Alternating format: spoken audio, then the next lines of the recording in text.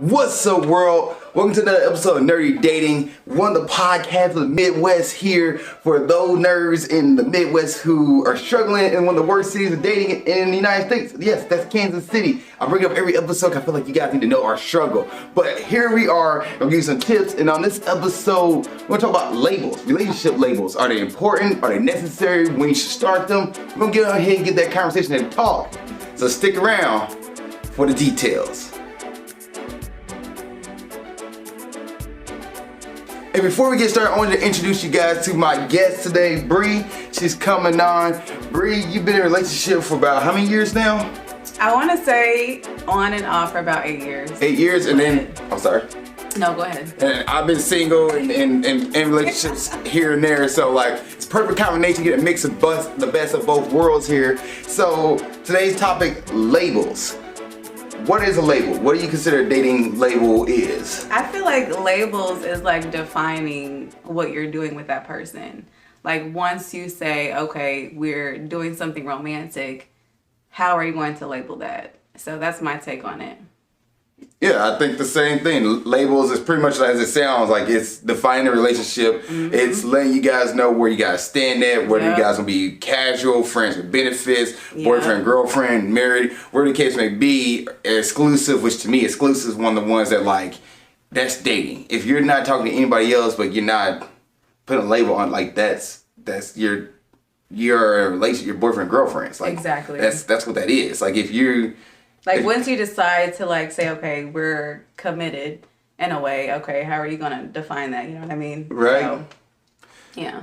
Yeah, so that's pretty much what labels are. Now, do you think labels are important? I do. Because I feel like if you don't label things, you're just kind of like doing whatever. Like, you know what I mean?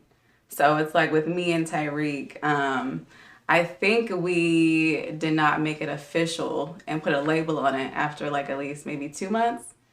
So I feel like labels are really important for that to kind of be like, okay, are we committed? Are we not? Are we just dating? Are we not? Are we hooking up? Are we not? Like, what are we actually doing? So I feel like that is really important to just label and define, you know, what you're actually doing with that partner, with your partner, with that person that you choose to be romantic with. So I think it's really important to me. Yeah. I think they are important. I think you definitely need to have that conversation too. That's a good part there. You said like 2 months in, like you guys are having that conversation. Like, are we? Because the communication. That's what it comes down to. The communication and knowing where you stand with somebody. Like, do you need to go 110% in? They're not going to go 110% in, or they think they're like, oh well, I thought it was casual. And like, well, you got to be on the same page with it. You know what I mean? Exactly. So that's why you have to talk about it, communicate, put that label on it, put that stamp on it. And then move on from there. So, yeah. Exactly. Yeah, no, that's 100%. There, I ended up looking at like some few things online, which online don't really have that much about relationship labels out there. Like this one guy had like a whole college post about label, but he was talking about friendships and stuff like that. Not just in the world of dating and relationships. But the New York Post had a article where there's like most people after the 5th date and then like 6 weeks in usually start defining what the relationship is, which you're like, oh, okay. So as you said, 2 months, because it's about 8 weeks where you guys are like, hey, what are we? So yeah, no, I think relationships or the labels are important as well. It's definitely know where you stand at. I think one of the toughest one though, when you guys are like, oh, we'll be friends with benefits or we'll be casual, that. I feel like with that though, it's like you have to go into that situation with that mindset. You know what I mean? Because like you can't just have sex with someone and just be like, oh, we're now friends with benefits. Like you have to go into that situation with you guys both talking about it. You know what I mean? Like you know what it is when you go into it. Which actually, I'm sorry. Go ahead. Which actually makes me think real quick. What are the different types of labels? Cause like casual, friends with benefits. I feel like, oh my God, I feel like it's like a wide spectrum. Cause it's like non-committed labels and then there's committed labels like partner, life partner, significant other, boyfriend, girlfriend. I feel like when it comes to committed, like there's a lot of different labels. But when it comes to like non-committed, it's like, I feel like maybe friends with benefits, or that's my friend, or we're just talking. That's not really a label, but it's like, there's not really that many labels for non-committed relationships. You know what I mean? In my opinion. So it gets easier to define it once you like think that you guys are committed or you guys want to move on to that next step, you know, past that we're just talking stage. You know what I mean? I feel like it's easier to define it that way, but that's how I look at it. So, you know. Food for thought here. So what if like you guys both had the conversation? I was like, we're gonna be just casual. Like, what does that look like for each person? Because I know people are having that conversation like, well, I just want a casual relationship. Like, what does that mean for each person?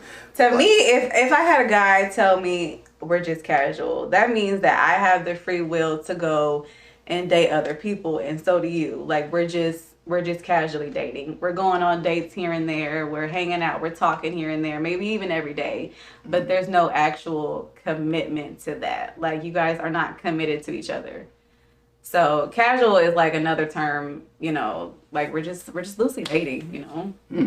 I'm single, you single, but we hanging out. That's my boo, but But we're casual. But we're casually dating. Like I have open options for other people to come in and take more of my attention because me and you are just casually dating. Like, that's how I look at it. So now, what if somebody wants to move from casual to like serious with somebody and the other person doesn't want to move with them? Like, how would somebody have that conversation with somebody or like open that up? And what happens if that person doesn't want to do that? So then if I was in that situation, like if I wanted to be serious, but the dude that I was talking to or casually dating, he was just like, nah, like I just want to do my thing. I don't want no commitment, nothing like that. Then I feel like, for one, the conversation is necessary because, you know, don't just assume things, but the conversation is necessary. And then if you guys are not on the same page, then I feel like y'all either gotta separate or figure out a way to be on the same page. You know what I'm saying? So, yeah. But sometimes I have like a really old school way of thinking when it comes to relationships. And then sometimes I have a really new age way of thinking when it comes to relationships. So, but the bottom line is just like, when it comes to labels, it's just all a matter of just communicating, honestly. And just seeing where you guys align on this wide spectrum of pretty much dating in general. So whether you're non-committed or committed, you know, just figure out where you guys are and then move on from there, or don't.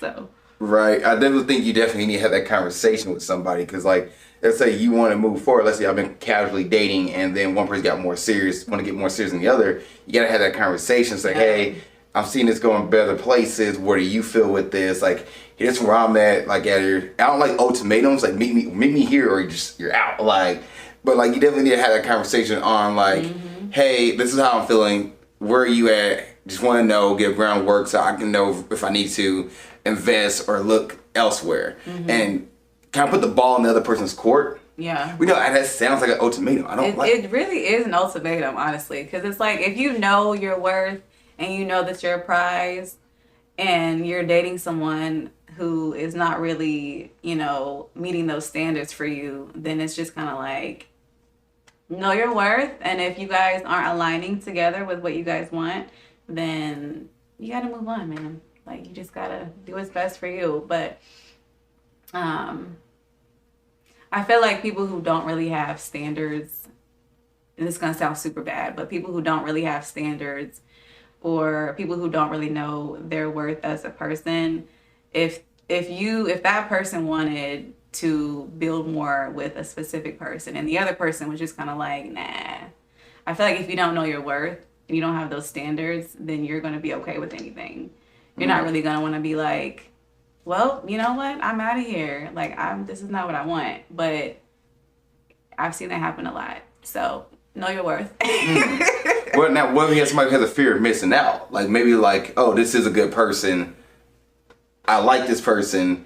Like, so when they're casually dating, like, I like this person's a good person, but I'm not sure if I want to move on to the next step. And the other person's like, well, you know, the person's fear, like, the person, like, I don't know, I want to move to the next step. And then so they're like, but maybe there's nothing better out there. That's something like a lot of people I know talk about when like, well, I'm not sure I can find anybody better. Like, but then that's coming down to settling, because you may know your worth but you're still settling, because if you're just kind of like, Yeah, that's just settling to me. So don't settle either. But yeah, just don't settle. Don't settle either.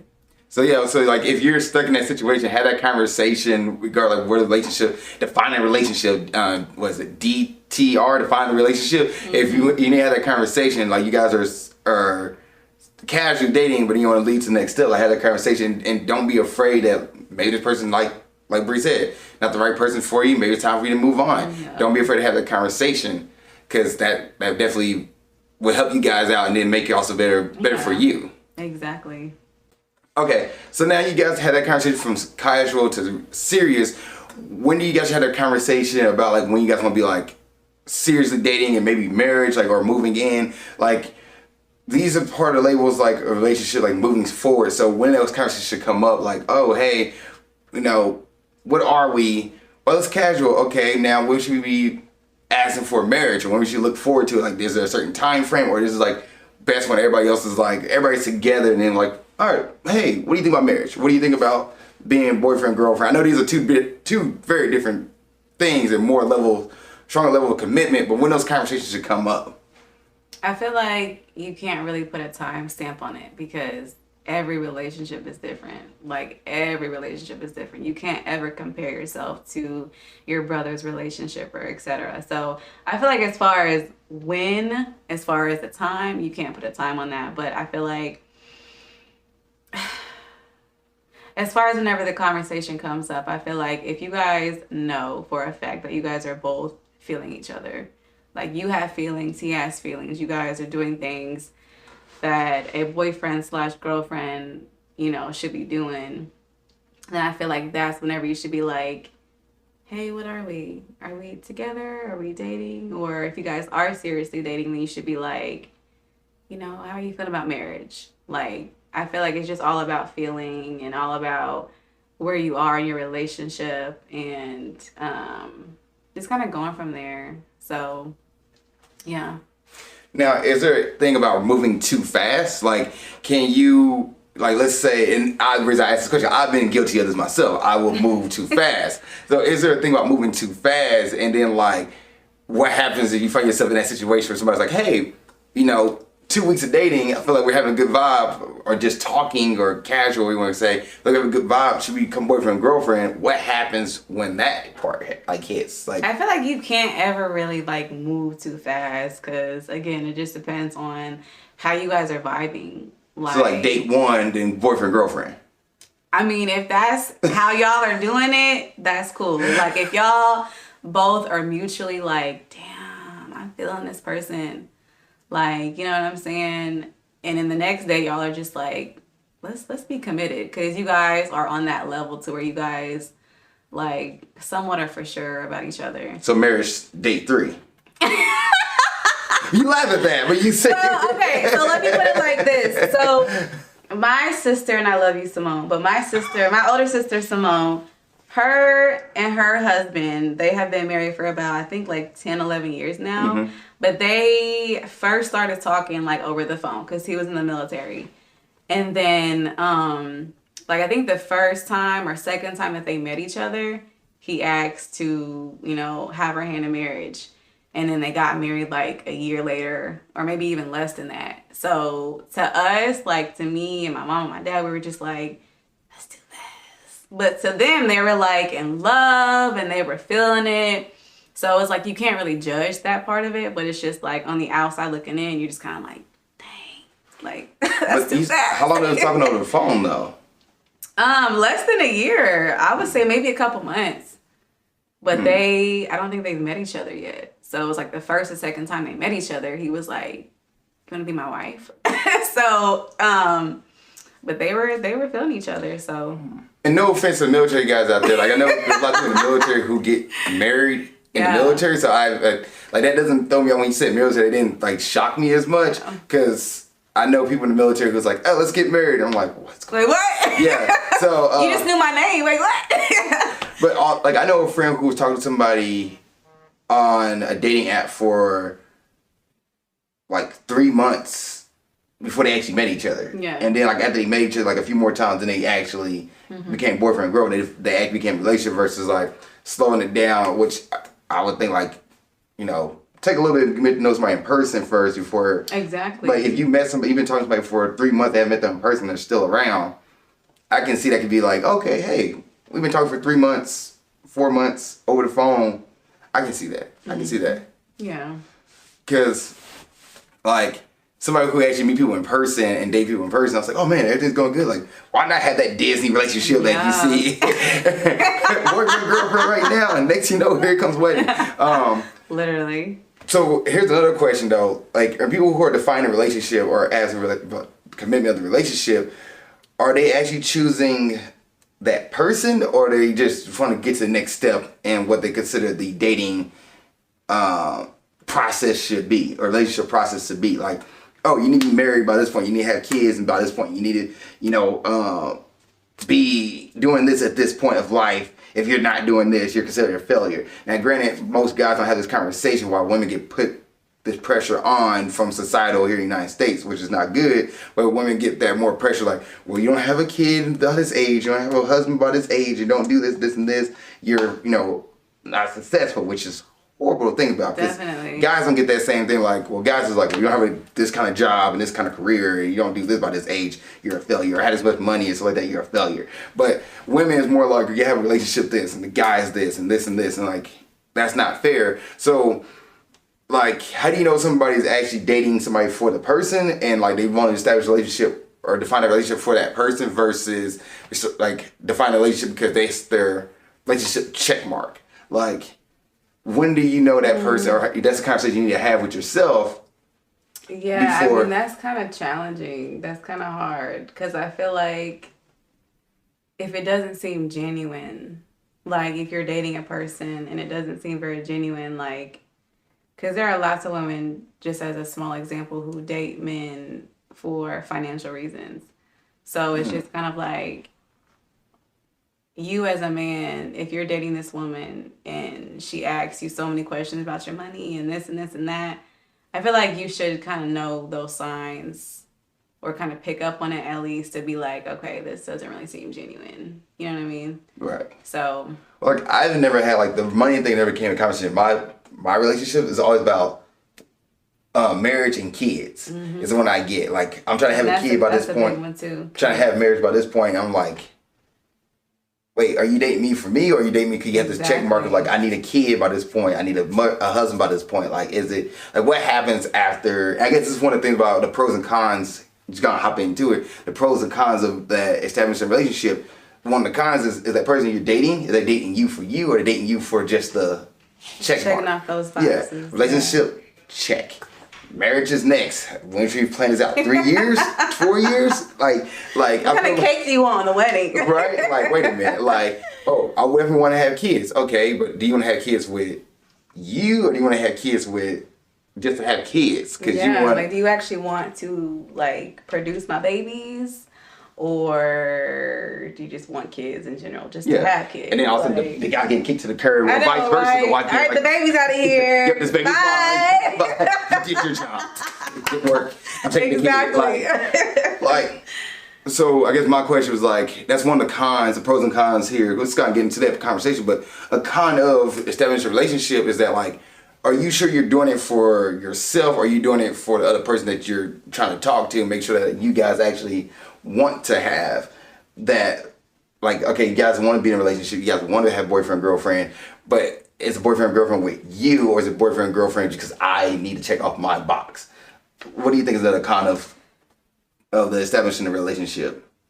Well, I personally feel like if you're dating someone, I mean, it definitely is important to talk about like marriage and kids and things like that. But I feel like that should come, and this may be weird to say, but I feel like that should come after, a couple weeks, a couple months.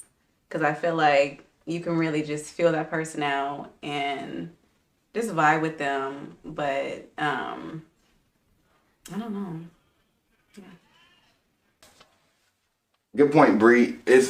What's a con that you think of committing to a relationship, or defining a relationship, or adding a label to it? Like, what con do you think there is? I mean, I'm all for slapping a label on that thing, but it's like, to me, a con may be like, you're dating someone, you're casually dating someone, and then you may think that you're on the same page with them, but once you have that conversation to put a label on it, you guys may not be on the same page. Mm-hmm. So that may disrupt what you're doing. And then things may be awkward, or you may not even talk to that person anymore that you were really liking and really feeling. So I feel like that may be one of the few cons to putting a label to it. Or maybe another one would be the pressure, maybe. Because if you're casually dating and you are officially boyfriend, girlfriend, and you're just kind of like, oh my God, okay, now my role as a girlfriend or a boyfriend may change, or now I'm committed, or now, you know, it may be a couple reasons, just a couple cons, just a few cons, but. So like the fear of commitment could be one, and exactly. then like you're stuck in a relationship that you don't want to be in, but you agreed to it because you wasn't quite ready yourself. Mm-hmm. That's yeah. Mm-hmm. Then at that point, it's up to you to be open and honest. Communication. Communication. It's so important. Open and honest, to be like upfront when somebody asks you like, hey, I want to move forward with this relationship. Be like, yeah, it's just I'm out. I'm out. Yeah. So be more open and honest about it. Okay, what do you think is a pro of? I know we're both kind of like already, you know, on the level of saying what we think the pros are and kind of establish that. But what do you think is an actual pro of establishing a relationship, putting a label on it? Man, I mean, I'm pro label, so I feel like.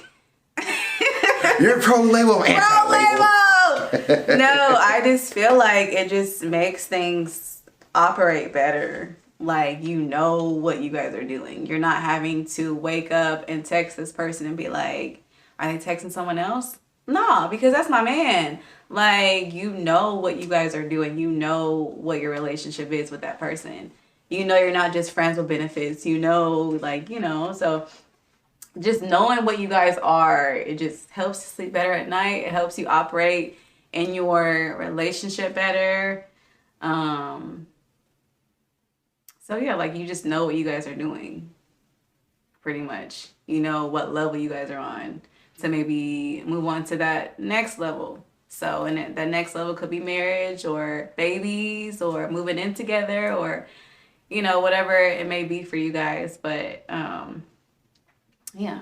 What about you? No, you pretty much hit the words out of my mouth. That's 100%. Like, I think the biggest pro of it is that taking out that doubt and you have that assurance that you are 100% with this person. There's no extra person, hopefully. But like, there's like, in the perfect world, there's no extra person. You guys both on the same path, and then from there, learning. I guess you also get to open up. If you're somebody who will open up a little bit more to this person versus just like, oh, well, I can't really tell you this stuff anymore because we're not committed. Now I feel like I open up and be more myself around you, which you should be yourself from the jump. If somebody tell you, like, don't be yourself on a date, I think you're lying to you. Be yourself. Like, if you're somebody who was like, well, I don't want to reveal everything because I'm not 100% in a relationship with them, like, you don't just go look at a car and just like, well, I like the car, I'm just going to look at it and buy it. Like, no, you're going to test drive that car. Yeah. So, like, you're going to be yourself inside the car. You're going to get yourself comfortable with the seat, moving around, switch the mirror and everything. I don't want to bring up dating to, like, car shopping, but I feel like it's the one thing people you relate to. Like, you test drive a car. If casual dating, test driving your relationship, then you should definitely, like, be yourself 100%. So when it comes to, like, hey, let's be, you know, boyfriend, girlfriend, it hasn't changed much, just... There's no other person, like there's no question with anybody else. It's you two dating. Like we have a friend who said when they got married, it was like we became just like there's nothing changed. We were still friends and just threw a label onto it. So you want to be that way. However, people do say, I've spoken to other people who say like when they get married, it actually does change. If there's no longer like a no longer like they're out, like it is do or die regardless. But then I just finished reading a book called If You're in My Office, It's Too Late. It's already so it's about a book about divorce. And it talks about like what one people do wrong before they get married is that they don't take the time to look at the thing the person they're doing, that they're dating. They ignore it, and then when they get married, it becomes more and more of an issue. More, I guess. Because they never addressed it, or they didn't talk about it off the bat. It was like, oh, it's fine, and then became married. It's like, no, what you're doing is still getting out of hand, which is not something the person knows this is the way they live their life. Yeah. So like, where I was going with that is that like you definitely need to know, be around yourself, be yourself, so that way when you do get to those next levels, it shouldn't change anything. Yeah. Versus like, oh well, actually I like to leave the toothpaste uncapped every day and fill a little toothpaste on the counter. Like what? And actually that same book, this is a really good book. I'll let you look at it real quick after we get done with the podcast. It's a really good book because one of the chapters in it is like you divorce who you date. So the person that you date and the things they did as when you're dating that bother you, then that's gonna like just pretty much get 10 times bigger because of the fact you're living together, because of the fact that you gotta put a marriage on it. There's no escape in person. Like if you're deaf to your part, you're on the altar saying deaf altar. No, it's that's the word I'm looking for. Where I'm thinking of. You are at the altar. It's the altar. Okay, yeah, you're at the altar and you're saying deaf to your part, but yet you're like, yeah, this annoys me 10 times more. Where I'm just divorced. Like it's, and the stories in that divorce book I read is about divorce court. You do not want to go through that. So like definitely know who you're dating and who you're getting married to. Yeah. But yeah, I think that's the biggest pro is like that assurance and that ease of mind that you know the person you're dating is with you and then hopefully with you and nobody else. Exactly. Ever. But if you're in a polyamorous relationship, there's another label. Make sure you guys are like establish you guys in an open relationship. Like make sure you guys both understand it. We're both open relationship. You're my partner, I'm your partner, but we're in two different, like we can go out and talk to other people. We're in an open relationship.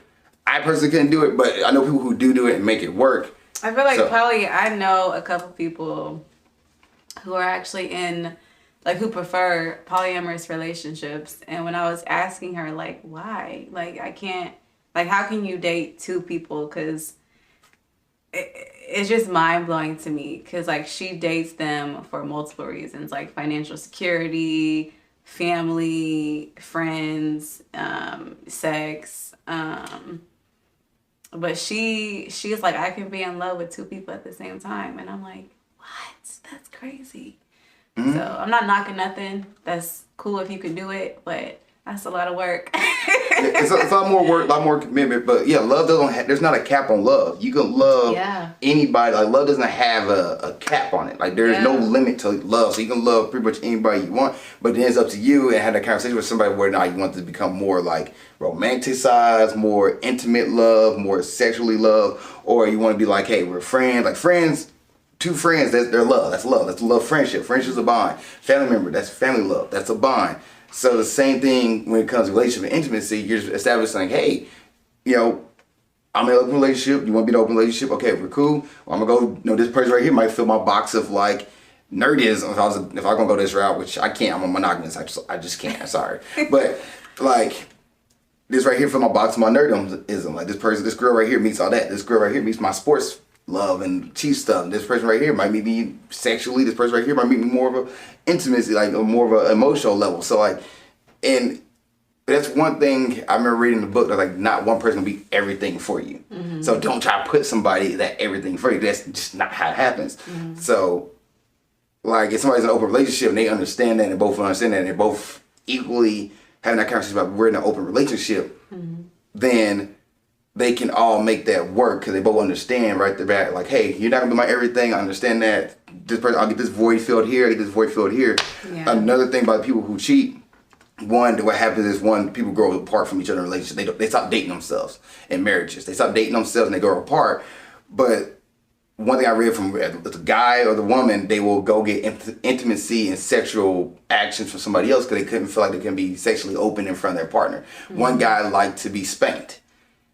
And they used to do that when they was younger, when they was dating, but when they got married with kids, the wife stopped doing that. And the wife didn't want to, spank her husband. Like, well, the kids walked in, so he ended up finding that from somebody else who was willing to do that, ended up having an affair with somebody.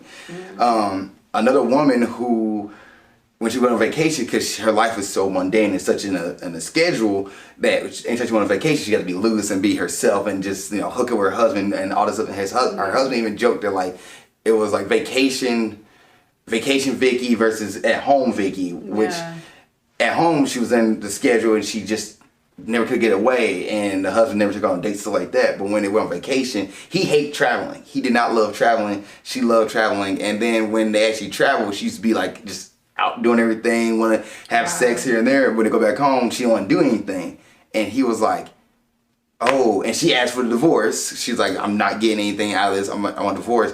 And he was like, maybe I should have took her on vacations more. Like, he hated traveling, but he's like, but that was the way to get her out of her shell or get her from her mundane routine. So, like, if you're in an open relationship, it'll be easier for you. Now, I've never been in one, so I can't say it, but I feel like it'll be easier for you to be like, hey, I have this connection with you, but I can get this connection from this person. That's what I think. But you make sure you have that conversation. It's still a label in a relationship. Make sure you have that conversation. That's what I have to say. Exactly. All right, I think that's pretty much everything. Let me go back over my notes here. I actually have like a little book now, so I write stuff in. Organized. Yeah, I think we hit everything. Sweet. Regarding that. So let's go ahead and play this game at the end of this episode here. And by the way, if there's a question you want to send and we want us to answer on the show, send to alizakkanerdydating@gmail.com. That's alizakkanerdydating@gmail.com. You can send your question there, email your question, and I'll answer on the show. Or you can put in the comment section below and I'll answer on the show. But let's go ahead and get into the questions here for the game. Red light, green light game. Also, I might change the name of it down the line. Who knows? Because last episode we were doing like red flag, green flag, and yellow flag, which is based off of like red flag deal breaker. But I feel like red flag deal breaker is too cut and dry. There's sometimes it can be green flags, yellow flags, red flags. So red light, it's like stop. Green light, go for it. Yellow light, kind of like caution. So the first question here: you're dating your partner, everything's fine, but he doesn't believe physical touch is necessary in a relationship. Oh God. I'm gonna say that's a red flag or what? Red light? Is that what you say? Red light, yeah. Cause that's a red light. I mean, I am dating someone. Shout out to my baby, but I am dating someone who his physical touch or his love language is physical touch, and I am not super touchy, but because that's his love language, like I want to meet those expectations. But if I were dating someone who was the complete opposite of him and who was kind of like me, who's just kind of like, I would be like, nah. Like, yeah, it's a red flag, no. Yeah, mine's definitely red light. I'm stopping, getting out of it. I've been in relationships before where the person, like my love language is physical touch and quality time. They tie for one, they both, like one and two, both tie for one. Like that's my top one. Mm-hmm. And I dated somebody who wouldn't want to give, they give me a side hug. And side hug to me is you're in my relationship, like we're my girlfriend. You give me a side hug, that's like the biggest sign of like friend zone. Yeah. Like I only side hug friends or girls. I don't side hug like my girlfriend. Exactly. And that right there, I was like, oh. And it's not even like physical touch as in like, bedroom stuff. Like this is like holding hands, kissing in public. Like I like doing that kind of stuff. And like, if that's what my partner don't want to do and they don't want to meet me halfway there, like it's, it don't have to be the same love language. It's kind of harder for me to date somebody who don't have a physical touch love language because like if their physical touch is zero, that's tough. Like that means you don't want to kind of do those things or might not be into those things. And if you don't want to take the step to do that, sorry, it's not going to work for me. I'm sorry. It's just, that's something that's a meter of mine that I need, my love meter that I need to be like fulfilled. Yeah, if I don't get physical touch where it's holding hands, kiss in public, hug, a full hug. Like, if I don't get that, in that relationship, I never cheated, but in that relationship, I understood why people cheat. Mm-hmm. If you're not getting like the... So she wasn't doing it for you. She wasn't... Not at all. And we ended up breaking up, but like, if she was like, she wasn't even like trying to give me a hug or hold hands, so like that, and kind of felt further apart, we'd hang out and like we'd be like a distance from each other on the couch. Yeah. And like I didn't know what was going on. I was like, what's happening? Like it was all lovey-dovey beginning the relationship, and then like 4 months, by the way, 2 months in, 3 months in, it was like, what's going on? I was like, I'm like, it'll be fine, it'll work itself out. No. But I understood like towards the end of it, I like understood why people like, if you're not getting that intimacy and that love language fulfilled, why people cheat. I get that. All right, second question. Spend money on collectible of any kind. Sports, cars, reality TV show collectibles. Like they have a whole thing of Kim Kardashian collectibles and the Kardashians in their place. Green light, yellow light, red light. I mean, if you're taking it to like a stash of Kim Kardashian stuff, I mean, that right there is a red flag. But if you have other collectibles of like anime stuff, you know what I'm saying, then that's a green flag or a green light, because like you're not afraid to purchase things that reflect your personality and build on that. So like you're showing your personality. So that's a green light. Yeah, that's a green light too. Like I collect Funko Pops, I collect movies and DVDs. Like to me, like it showed like interest, and he have different hobbies. Like green light, 100%. Yep. Okay.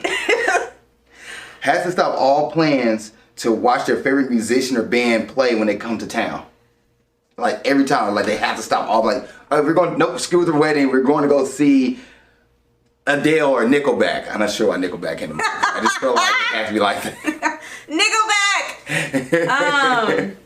I don't know. I mean, if you're like missing work or something like that, you have no PTO, but you're like, I'm calling out because Bruno Mars is in town at the Sprint Center.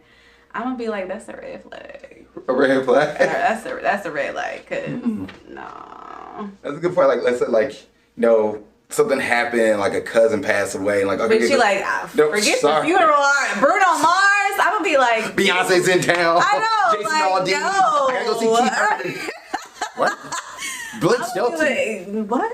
Like, no. Take care of your responsibilities, please. Go to that funeral. Go to work. But what about Green Day? All American Rejects. Green Day. I'm gonna be like, nah, it's a red flag.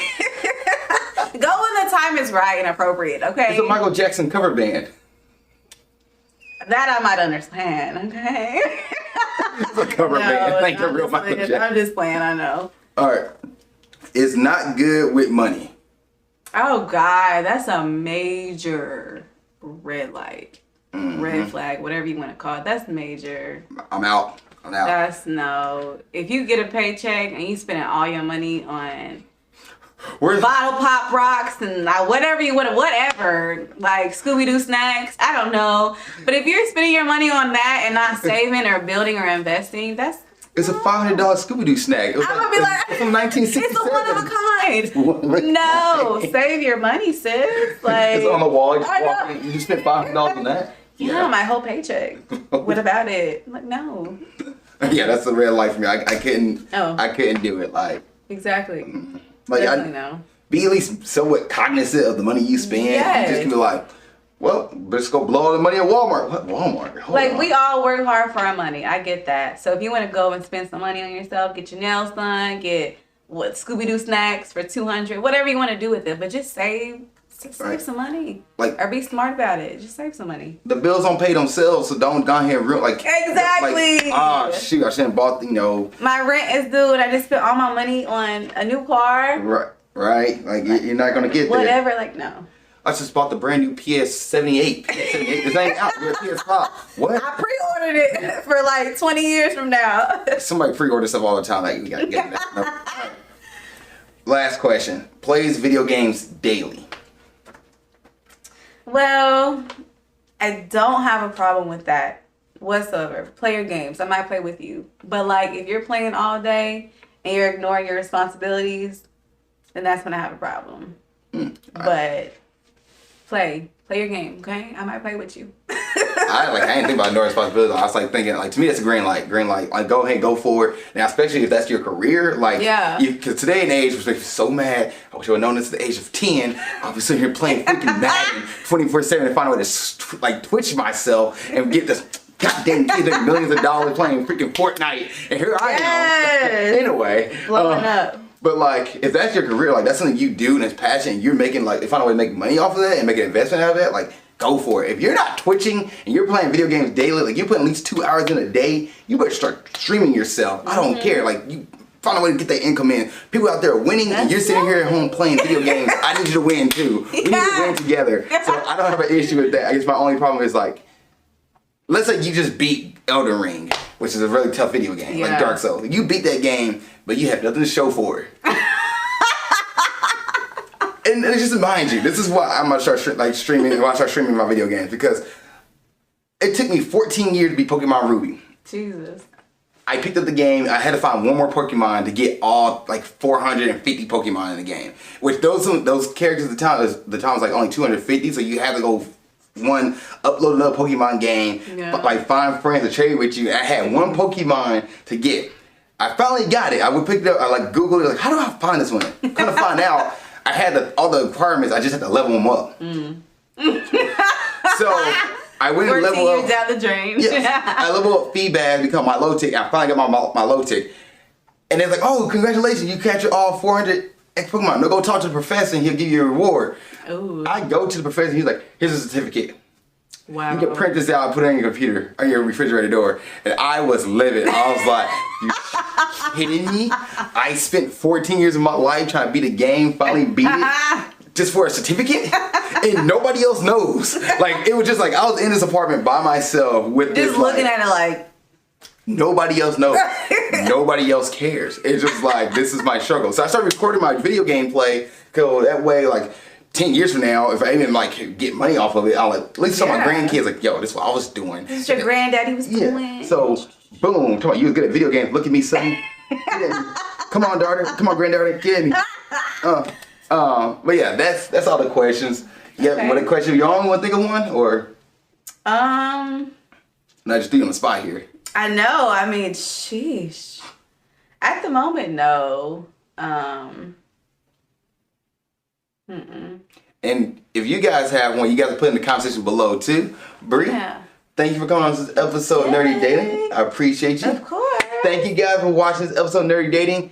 If you have a question, please put in the comment section below, or you can go ahead and email me at alizakkanerdydating@gmail.com. That's alizakkanerdydating@gmail.com. And I'll answer on the next episode of Nerdy Dating. Other than that, thank you guys so much. I appreciate y'all, and keep being awesome. Thank you for watching this episode of Nerdy Dating. I really appreciate it.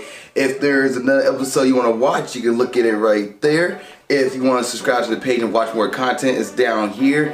Also, you have a question about dating, you want to put it in the comment section, go ahead and do it. Or you can send me a dating question to my email of alizakkanerdydating@gmail.com. That's alizakkanerdydating@gmail.com. And I will answer your question on the next episode of Nerdy Dating. Thank you so much for watching this show. I appreciate you, and keep being awesome.